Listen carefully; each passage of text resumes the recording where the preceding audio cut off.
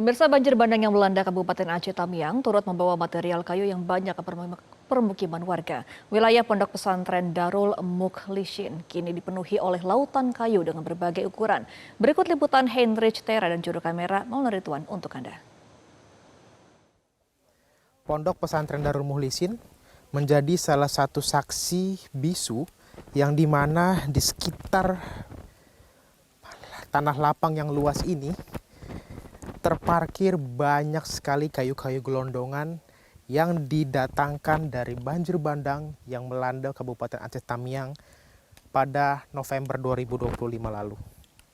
Dan dapat saya tunjukkan kepada para pemirsa saat ini bahwa kayu-kayu seperti ini merupakan salah satu bentuk kayu yang kecil, yang dimana memang bentuk ukurannya sudah rapih seperti itu. Dan masih banyak sekali kayu-kayu besar yang ada di sekitar tanah lapang dari Pondok Pesantren Darul Mukhlisin ini. Kayu-kayu yang ada di sini berbagai macam ukuran, dari paling kecil hingga ukuran paling besar. Dan di mana kayu-kayu ini berdasarkan penuturan warga yang kami temui, kayu-kayu ini datang bersamaan dengan air yang deras ketika banjir melanda Kabupaten Aceh Tamiang.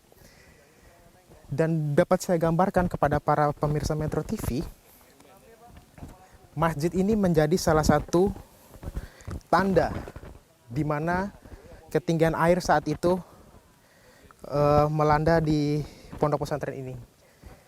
Dapat saya gambarkan bahwa ketinggian air saat itu kurang lebih mencapai 6 hingga 8 meter.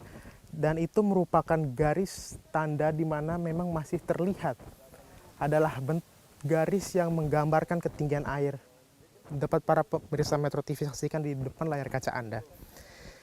Dan masjid ini menjadi salah satu bangunan yang masih selamat dari pesantren ini. Dan di sana itu merupakan bangunan-bangunan pesantren yang memang masih ada, namun sudah rusak karena terendam material banjir.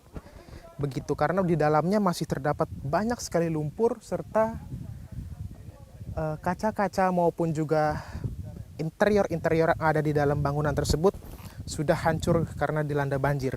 Dan tepat di mana saya berdiri saat ini, saya masih bisa mencium bau bangkai. Namun, saya tidak tahu bangkai itu adalah bangkai apa. Namun yang jelas, yang pasti, saya masih mencium bau bangkai yang sangat menyengat di tempat ini. Karena berdasarkan penuturan warga, hingga saat ini warga pun belum juga tahu bau bangkai ini berasal dari mana.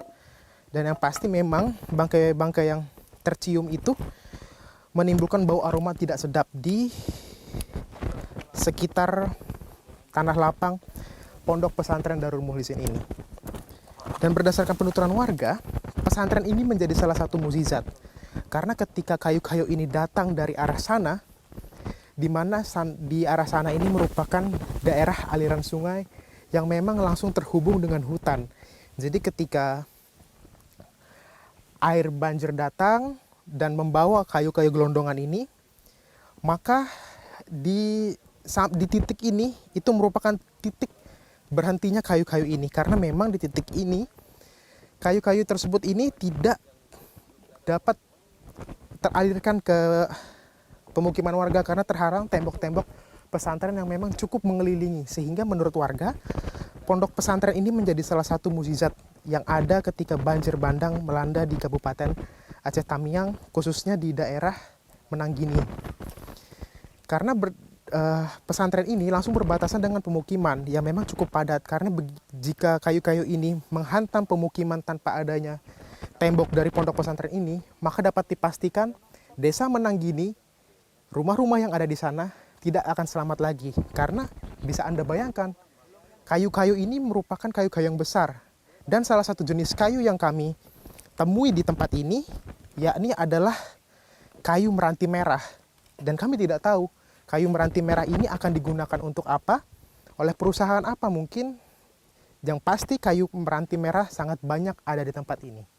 Dari Kabupaten Aceh Tamiang, Heinrich Tera, Maulana Ridwan, Metro TV. Jelajahi cara baru mendapatkan informasi. Download Metro TV Extend sekarang.